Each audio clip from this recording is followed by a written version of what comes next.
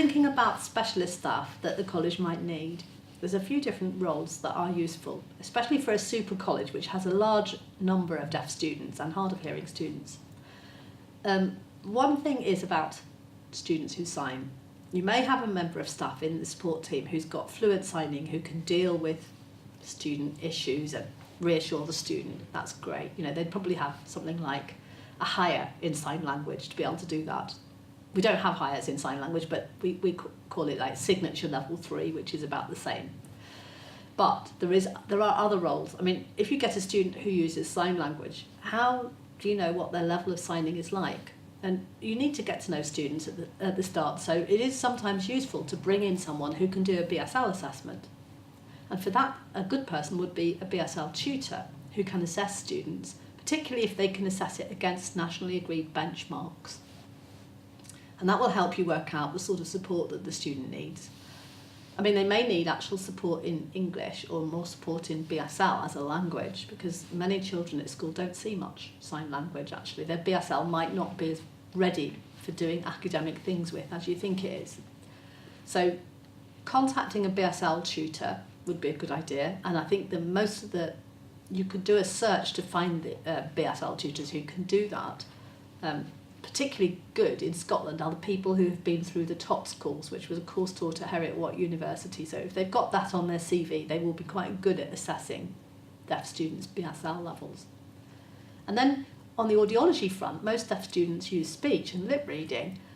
It's useful to have contact with an audiologist. An education audiologist is ideal. They can come and advise you about the equipment that the student might need, such as an FM system. And they can also advise about how the audio-visual things in the classroom can be linked to the FM system. So I would say it's very useful to have that sort of person.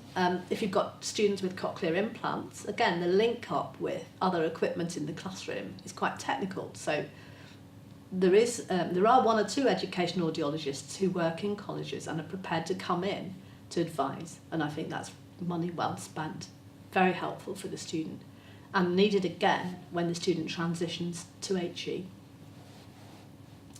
Other roles that you might have, which are specialists, I've already discussed the role of the interpreter, British Sign Language English interpreter. Those people that colleges employ in this role are often not qualified as interpreters. They've quite often funded themselves through sign language courses. The levels, for the college needs to understand the levels of sign language, and this is a sort of specialist area, I guess. It's a bit hard for people new to it to understand. But if somebody says they have BSL level 2, there's no way they can interpret, and you need to understand that as a college, because you're putting the support staff in an impossible situation and you're not providing any decent service to the student. So another person who you'll meet in colleges is an interpreter. They might call themselves a communication support worker, and the support team needs to know that they're getting a person who can do the job, who can interpret between spoken English and put it into British Sign Language.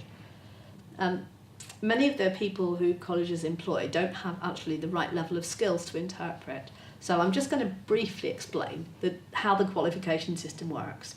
There are several examples. I'm going to talk about signature because that's the one which is most often used. So you've got level 1, very basic conversation. Level 2, slightly more confident conversation. Level 3, about the same as a higher. And then you've got level 4. Now when you get to level 4, you've got somebody who can sign about quite a wide range of things, some of them technical. So that's quite a decent level of signing, but that person hasn't yet learned how to interpret between BSL and English. There's another level, well, it's the same level, translation and interpreting skills. And many people working in colleges haven't done that training. So they might be quite fluent, but they don't know how to move between the spoken language and the sign language. So colleges can increasingly find interpreters, but they're not always willing to pay for people at that higher level.